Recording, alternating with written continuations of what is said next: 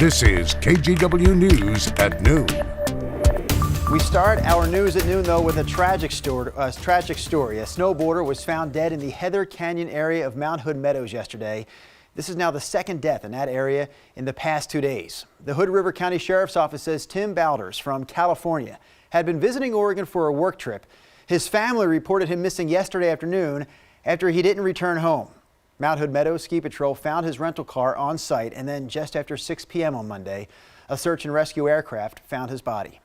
It was just on Sunday that another snowboarder died after falling in the same area of the mountain.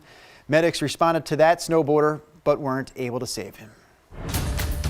We now have an update on the coronavirus. The more than 300 Americans evacuated from a cruise ship in Japan are now beginning their second day of quarantine at air bases in California and in Texas. For the Americans who remain in isolation on that cruise ship, officials now confirm 88 more cases on board. Today, Japan's health minister said those who test negative for the virus could leave that ship as soon as tomorrow, but those plans aren't finalized yet. One of our local connections to this story is the cruise ship couple from Forest Grove, and they are still stuck in Japan. The wife tested positive for coronavirus, so she's in a hospital in Tokyo, while her husband remains quarantined on board that ship. I was really frustrated and disappointed at first, and now I'm just angry, to be perfectly honest. Those are the words of Rebecca Frazier, who has been talking with us through Skype over the last week. Yesterday, she sounded a lot more frustrated than she had been after learning about the hundreds of Americans who were evacuated from the ship and brought back here to the U.S. 14 of those people actually tested positive for coronavirus just before boarding the flight home. I am very much asymptomatic. Yes, I'm testing positive, but clearly they had a way to keep folks separated on that plane. So they could have taken me home, and they could have taken a lot of others who were in my same boat home. Once she finally does make it back home, Rebecca is worried that she'll have to spend even more time in quarantine here in the U.S. The coronavirus is also forcing a drastic change to one of the largest marathons in the world. Organizers of the Tokyo Marathon are now restricting that race to elite runners and wheelchair athletes only. That decision comes after officials confirmed a case of coronavirus in Tokyo. There were supposed to be about 38,000 runners there for the marathon, but this new restriction means only about 200 runners will be there. Mike Benner spoke with a local couple who were among the tens of thousands who are now out of that race. Portland is a running town. On any given day, you'll find plenty of joggers along the waterfront. And more often than not, Dave and Paula Harkin are among them. We talk running, we work running, we do running. Boy, do they ever. The husband and wife have completed dozens of marathons. These photos are proof. The next was supposed to be the Tokyo Marathon.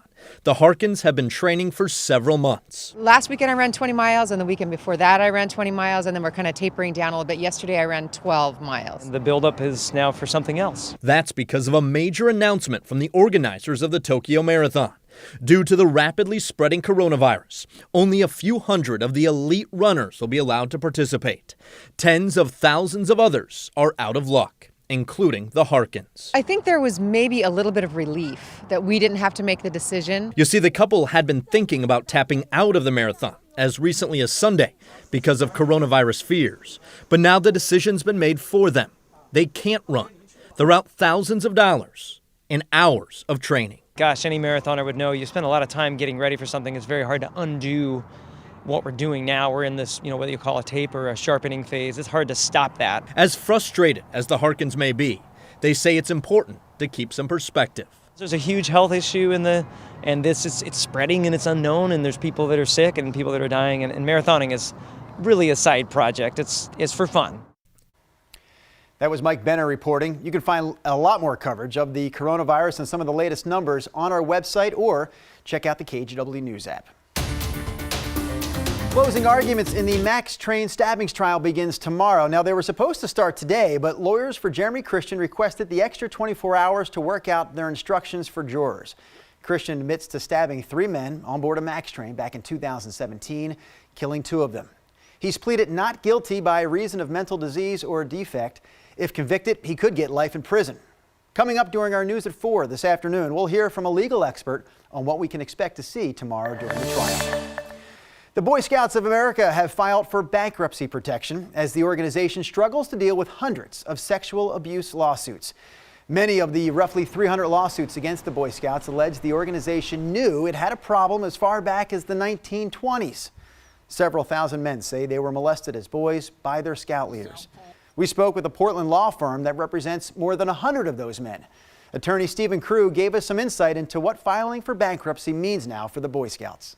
Well, what it means is the number of claims against the Boy Scouts has gotten to the point where they're having difficulty managing them and they're having difficulty with their cash flow. Back in 2010, a Multnomah County court case made national headlines because of something known as the pervasion files that was kept by the Scouts, documenting decades of alleged abuse. The Oregon Supreme Court agreed to publicly release those files, opening the door for many of these lawsuits. Today is also the deadline for candidates to qualify for tomorrow night's Democratic presidential debate. Millionaire and former New York City Mayor Mike Bloomberg will face his rivals for the first time on that debate stage in Las Vegas.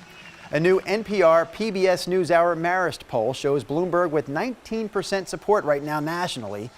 NBC News will have special coverage of tomorrow's debate, and you can watch it right here on KGW starting at 6 p.m. Another one of this year's Democratic presidential hopefuls, Senator Bernie Sanders, spoke to thousands of people last night at a rally at the Tacoma Dome. This is an unbelievable turnout. Thank you, Tacoma. Whoa! Sanders hit on the same points that headlined his 2016 presidential campaign, including college and housing for everyone. Before the rally, Sanders sat down with our sister station in Seattle. Here's what he had to say about the U.S. healthcare system. We need a system that guarantees health care to all people in a cost-effective way. That's what Medicare for All does. It will save the average worker in this country substantial sums of money. Sanders stands as the Democratic frontrunner right now for president after winning last week's New Hampshire primary. We're going to turn to weather now. We had a chilly start to the morning, a foggy start to the morning. Chris McGinnis, I just walked down here to our studio on the square, and it's still cold outside, but it's definitely sunny now. Yeah, that helps take the edge off the chill just a little bit, right? The sunshine out there, a welcome sight after the fog burned off from earlier this morning, and we are basically sunny from the beach to the Cascades and through the gorge. There's a live look right now in Pacific City. Gorgeous afternoon out there. Just really nice day at the beach. We'll take you a little farther south to Newport there from Yaquina Bay. You can see we are clear as a bell.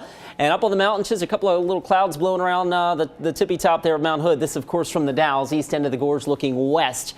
And that looks gorgeous out there. As Drew mentioned, the fog this morning, visible satellite imagery picks that up pretty nicely, not only here in the Willamette River Valley, but there were some pockets of fog a little farther north as well, up into southwest Washington. But all of that now gone. And the little bit of white that you see left here is just the snowpack, and a fairly decent snowpack at that, from the central Cascades all the way up to British Columbia, and then, of course, the Blues and Wallowas across eastern Oregon also enjoying a deep snowpack now. All right, it's 42 in Happy Valley. It's 44 last check at the airport, and 46 last check in Tillamook. The Dalles registering about 43. The rest of the day today, we will remain cloud-free, I think, right on up until about sunset, which is getting later. 5:41 this afternoon. The temperatures dip down into the 30s tonight, but Drew, the winds pick up a little bit, so I think that'll keep at least the Portland metro area and the east side of town a little warmer tomorrow morning than what we woke up to this morning. More sun, though, back in the picture. We've got that full forecast coming up in just a bit. All right, Chris, we'll check back in with you later this half hour. Right now, though, we're going to take a look at our poll question. It's based on a ballot petition backed by a group called Greater Idaho. I almost said Oregon, but this is a group called Greater Idaho. They want to expand the borders of Idaho to include a good-sized chunk of eastern and southern Oregon. So the group created this map. We're going to show it to you right now, and you can see that this idea would not only shift Idaho's borders west to the Cascades, it would also incorporate southern Oregon and even a part of Northern California. The group argues that most of the people that live in these communities are conservative and they prefer Idaho's laws on things like guns, the environment, and other cultural issues. The group is collecting signatures to get this on the ballot right now in Josephine and Douglas counties, but I think you can call it a long shot because the plan would still need to get approval from both the Oregon and Idaho state legislature and Congress. Right now, we're simply asking this: do you think eastern and southern Oregon could ever become a part of Idaho? So far, 73% of you say no way. You can still weigh in right now, though. You can vote at kgw.com/vote or click on the vote tab in our